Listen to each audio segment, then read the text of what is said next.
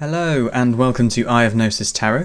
My name is Ewan and today we are continuing with the Suit of Cups, looking at the Six of Cups.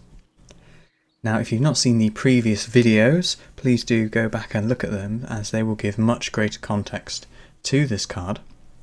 So the playlist about the Suit of Cups will give you much more context onto the nature of the Cups cards, and if you go back and look at the Suit of Wands, not only will it give subtext to the Suit of Cups, but in the Suit of Wands I go through the dynamics and the symbolism of the numbers on each of these Minor Arcana in a lot more depth, and the symbolism around the numbers carries on throughout each of the suits, so it's definitely worth watching those videos. Now, if you want to skip straight to the Divinatory interpretation of this card, there is a timestamp down in the description, but I do recommend, as always, to watch the video at least once in its fullest, so you understand why these Divinatory interpretations are so. So let's have a look at the Six of Cups. So in contrast to the previous card, the Five of Cups, we see this beautiful blue sky. Let's replace that horrible burning red sky. We see 6 golden cups at the points of an invisible hexagram, and the lotus plant in the previous cards has now rejuvenated, and its stems and flowers have become this wonderful gold colour. The 6 lotus flowers pour this almost golden fresh water into each of the cups, and these sit above the great ocean of Binah.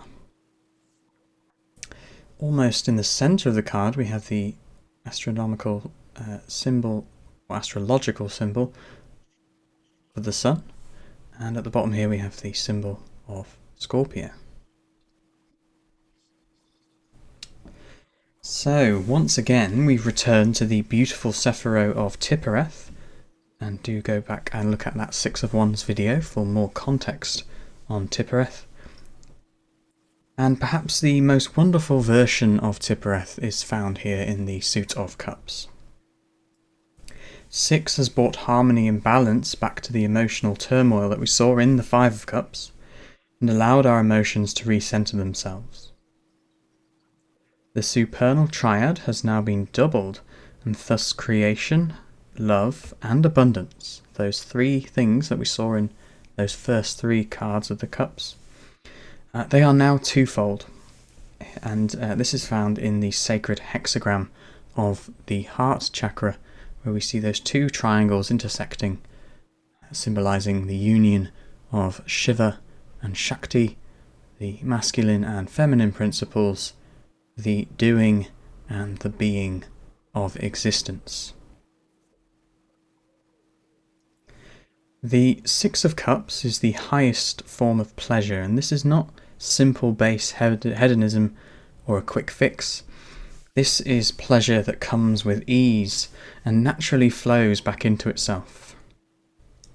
It is the sensuality of a partner in love, the warmth of reunion with dear friends, the taste or smell that brings us back home, the music that sets our hearts on fire, the wonderful innocence we see in a child, and essentially everything that really fills our heart with warmth and a passion for life.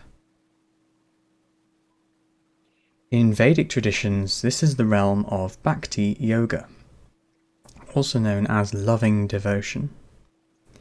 Chemically, this is a natural and abundant flow of serotonin within us when we look at the Six of Cups. So here we can see both the spiritual and the scientific relationship to this card. Emotions that produce and are produced by this card are both deep and lasting.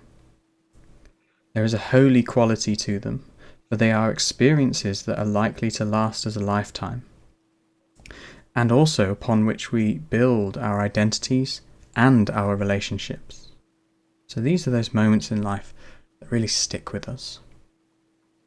And this speaks to the depth and the intensity of Scorpio.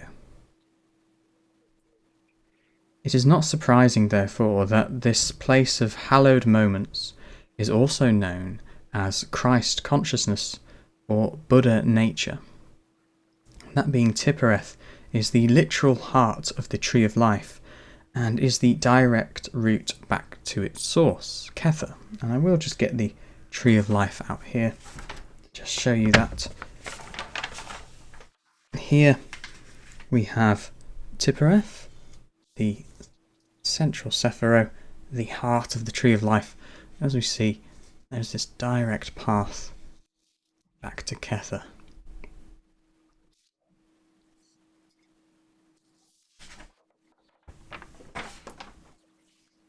Now for a little bit of symbolism within this card. Now, the colour gold is resemblant in the Six of Cups, for Tiphereth is the domain of the sun, and if you noticed on that diagram, it is coloured yellow. Furthermore, the astrological attribution of the card is the sun in Scorpio, doubling the brilliant solar influence within this Sephiroth. So here we have the sun within the sun, essentially. And for those who don't know, not all 6 cards will have the sun on them. The lotus flowers have been reborn, as promised in the Five of Cups, and if you remember in that card there was that butterfly motif and the heart shape, which showed us that not all was lost in that card. And the golden hue of the flowers here is a shining light that leads us back towards the path of enlightenment and liberation. So again, that wonderful path back to Kether. Scorpio is a deep, sensual and transformative sign, and through the destruction it brings in its Mars aspect that we saw in the last card, it brings the hope and splendour of rebirth when it basks in the sun. Now, whereas Taurus is also sensual, this is more in a physical sense, and when we look at these 6 of discs, we will come to understand that a lot more deeply. Here in Scorpio, the opposite sign to Taurus, this sensuality is taken to an emotional level, and that's why we're here in the Suit of Cups. And thus this creates the ultimate pleasure. This concept is resemblant within the tantric traditions of Southeast Asia, and these tantric practices seek to cultivate inner harmony and self-mastery. Physiologically, they aim to draw Kundalini energy from the bottom of the spine, also you could say that that is Malkuth, through the heart, which is Tiphereth, and towards the crown chakra, which is of course Kether. And this is done to expand consciousness, uniting masculine and feminine principles in a primal bliss state of non-duality. There's a little bit of a quote there that I found on a text on tantric practices. And this is what we were saying earlier about the unity of Shiva and Shakti.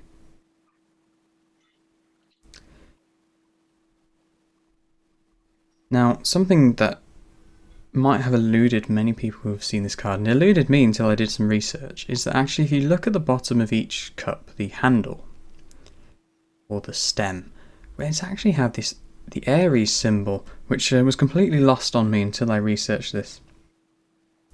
And this hints towards the previous card and the influence of Mars in the Five of Cups. Something also evidenced by the 5 waves, or at least the 5 prominent waves in the background. So whilst there are more here, the ones at the forefront, there are 5. 1, 2, 3, 4, 5. These echoes of the previous card demonstrate how the destruction of luxury that we saw in the Four of Cups, and this is actually shown also by these 4 spheres at the bottom of each cup. This destruction was necessary in order for us to experience true pleasure, and this is a common theme. We saw it definitely in the Wands, in that the 4 has become quite stable, but perhaps leaning towards stagnancy, so 5 comes along to shake things up and 6 brings it into balance. And of course in each suit this expresses itself differently, but the same process happens. For example, in the suit of swords the same process is occurring, but it's a lot more painful than perhaps it is in any other suit. Furthermore, the Aries influence in this card is also a nod towards the rebirth that we see in spring. So between March the 21st and April the 20th is Aries season, and this is the opposite of what we see in Scorpio season, which is the 23rd of October to November the 22nd. And while Scorpio is not the opposite sign to Aries, it certainly represents the opposite time of year, in that Scorpio's time is all about death, but it's death in order for the spring to be born, this recycling of the old year. So all that leaf mulch you see here in autumn, we celebrate Halloween at that time of year for a reason. So it dates back to ancient practices where we honour the dead and our ancestors as we enter winter. And of course here we have the influence of Aries bringing in the wonderful golden spring and summer. Now, something you might have noticed as well is that the water is once more flowing in this card and coming into the cups from the flowers. However, it's not overspilling. Everything is just right. This is quite literally the Goldilocks card. Meanwhile, the golden stems of the lotus plant are described by Crowley as actually dancing in this card, and I think these flamboyant movements really do show that, despite of course it being a static image. And they're dancing with the gentle waves of the Sea of Benar in the background, further expressing the jubilant and sensual nature of the card. Of course, Benar being the divine feminine. And please do go back and look at the 3 of Wands and the 3 of Cups video for further context. So now we're going to look at the divinatory interpretations of this wonderful card. Now, the 6 of Cups can be likened to the sun glittering on an ocean, and this card represents satisfaction, peace, and contentment. So it really is that wonderful summer holiday.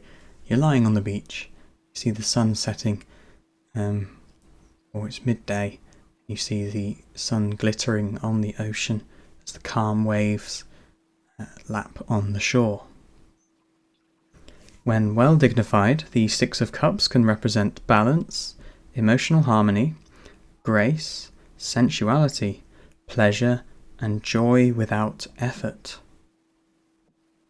When ill-dignified, the card can represent fear, emotional confinement, blind escapism, and a need to engage with shadow work. So it's telling us that there's something we need to do in order to reach this wonderful state that we see in its well dignified state. The key concept in this card is simple pleasures, that which is not sought, forced, or confined, but free and naturally flowing. It will happen when it happens, and we would do very well to have our hearts open for the time when it comes. So that has been the fantastic and beautiful 6 of Cups, and if you have enjoyed this video, please do hit that like button. It really does help the channel, as this is only a hobby for me and I just enjoy doing these videos, and I hope you do enjoy watching them. And also, if you really enjoy these videos and want to see more, please do hit that subscribe button and the bell icon so you don't miss any more. I will be doing some divination on this channel as well, some tarot readings, and I've also done some tarot tutorial videos showing you how to do different spreads, as well as more in-depth explorations of things like the court cards. So thank you very much for watching the video, and I wish you all the best wherever you are in the world, and may peace be upon you all. Goodbye.